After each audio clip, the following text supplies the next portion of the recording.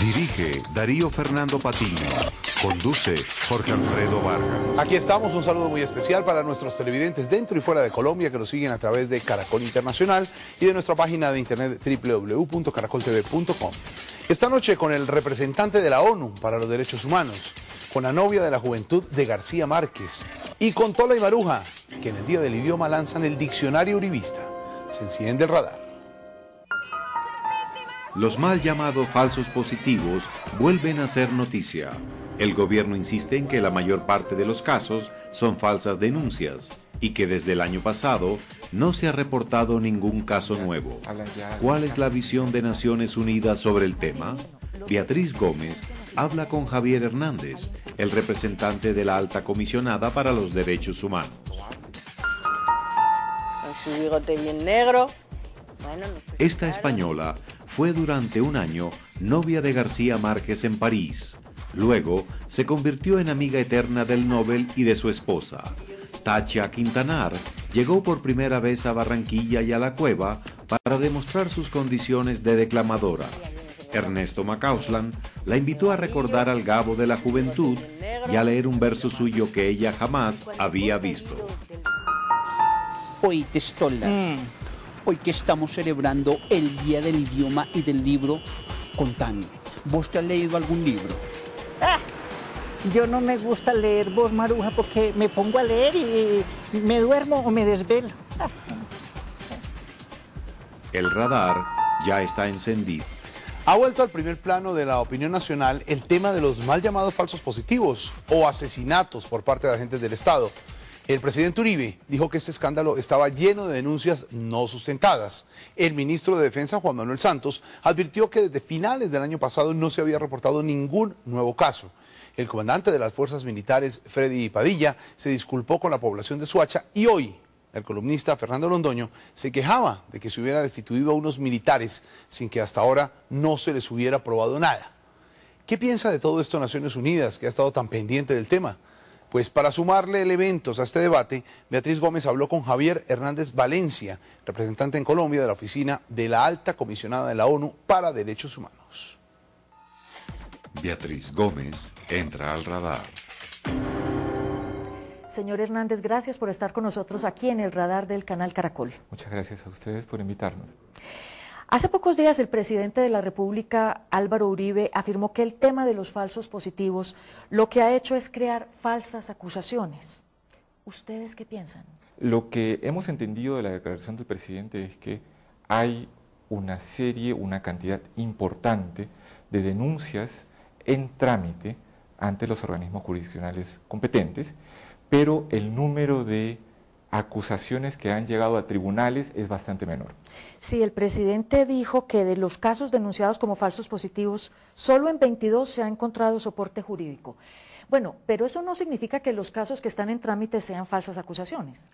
No, hay 22 sentencias condenatorias, significa que hay un par de docenas de casos donde ya los organismos judiciales encontraron culpabilidad en funcionarios públicos. Por eso, pero lo que pasa es que de la declaración del presidente se desprende que solo 22 casos han sido comprobados y que el otro serían en realidad falsas acusaciones.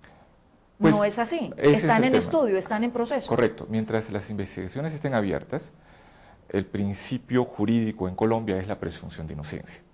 Pero las investigaciones están abiertas sobre la base de fuertes indicios. De hecho, han servido para que el propio Poder Ejecutivo, antes y sin depender de las sentencias judiciales, haya tomado medidas administrativas muy importantes, cuyo significado no puede ser sometido a ninguna interpretación. Bueno, lo cierto es que en este momento en la Fiscalía General de la Nación hay en curso 700 casos de ejecuciones extrajudiciales con cerca de 1000 víctimas. Las cifras que ponemos en nuestro informe se cerraron más o menos a finales de octubre del año pasado. Las cifras actualizadas de la Fiscalía hablan ya de casi 1 millar de casos. O sea, casos en los que, como usted lo dice, hay fuertes indicios de que miembros del Ejército o de la Policía habrían cometido una ejecución extrajudicial. Correcto. Si no hubieran esos indicios, no habrían investigaciones en la Fiscalía. En el informe 2005-2006, Naciones Unidas afirmó que existía un patrón de ejecuciones extrajudiciales en Colombia, ¿Ustedes mantienen ese pensamiento? ¿Creen que sigue habiendo un patrón? Los informes de esta oficina a lo largo de los últimos 12 años, primero han hablado del tema de ejecuciones, segundo han hablado de patrones que en su momento se han hecho más o menos visibles. Poniéndonos en el tiempo, el patrón que pareció emerger en los casos así llamados de Soach no es un hecho que no hayamos visto prefigurarse antes. De hecho, en el informe correspondiente al año 2007, nosotros adelantamos una situación bastante preocupante que había ocurrido ya en la localidad de Toluviejo y en las localidades de Sahagún, jóvenes que se habían desmovilizado de los grupos de autodefensa. Estos jóvenes habían sido reportados también como desaparecidos, sus familias no encontraban su ubicación, en sus comunidades no se sabía dónde estaban, y días después habían sido presentados como muertos en combate, pero sin identificación, como NNs. El 3 de noviembre, la alta comisionada de Derechos Humanos de las Naciones Unidas dijo que si estas ejecuciones extrajudiciales son sistemáticas, podrían constituir un crimen de lesa humanidad. ¿Eso ya se configura aquí en Colombia? ¿Crímenes de lesa humanidad? Cuando ella hace esta declaración, lo hace en el contexto de su larga experiencia, y muy importante, como miembro de los tribunales penales internacionales, primero para Ruanda y luego el Tribunal Penal Internacional. Ella lo que señaló es que el elemento de sistematicidad es crucial, es central para la admisibilidad de estos casos ante una Corte Penal Internacional. ¿Y eso se configura ya en Colombia? El tema es que la sistematicidad debe sustentarse y probarse ante un tribunal. Lo que ella adelantó fue... Lo que pasa es que si en Colombia, que sabemos que hay una justicia tan lenta, si estos casos de ejecuciones extrajudiciales no son investigados y no hay condena, obviamente los interesados tendrían ya el derecho de llevar esos casos a la Corte Penal Internacional. Sin duda, sin duda. Es decir, la Corte Penal Internacional funciona como un organismo supletorio, expliquemos la palabra. Como usted bien lo señala, si los sistemas nacionales, las cortes nacionales, no toman acción o se ven imposibilitadas de tomar acción, hay instancias internacionales, primero las instancias del sistema interamericano, la Comisión Interamericana de Derechos Humanos y la Corte Interamericana de Derechos Humanos, que no necesitan probar sistematicidad. Correcto. Basta que el caso sea individual. ¿No sería extraño entonces que en cualquier momento familiares de estas víctimas de las ejecuciones extrajudiciales comenzaran a tramitar sus casos para que pasaran ante la Corte Penal Internacional? Pues yo creo que las posibilidades para los ciudadanos colombianos, particularmente para las víctimas, están abiertas. Lo que pasa es que hay que saber también qué mecanismo responde a qué tipo de situación.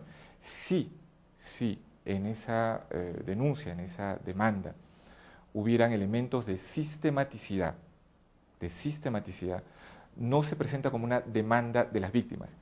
El fiscal de la Corte Penal Internacional actúa, en este caso, motu propio, o actúa a pedido del Consejo de Seguridad o actúa incluso a pedido del propio Estado donde están sucediendo estos hechos. Son las tres maneras en las que la Corte Penal Internacional opera.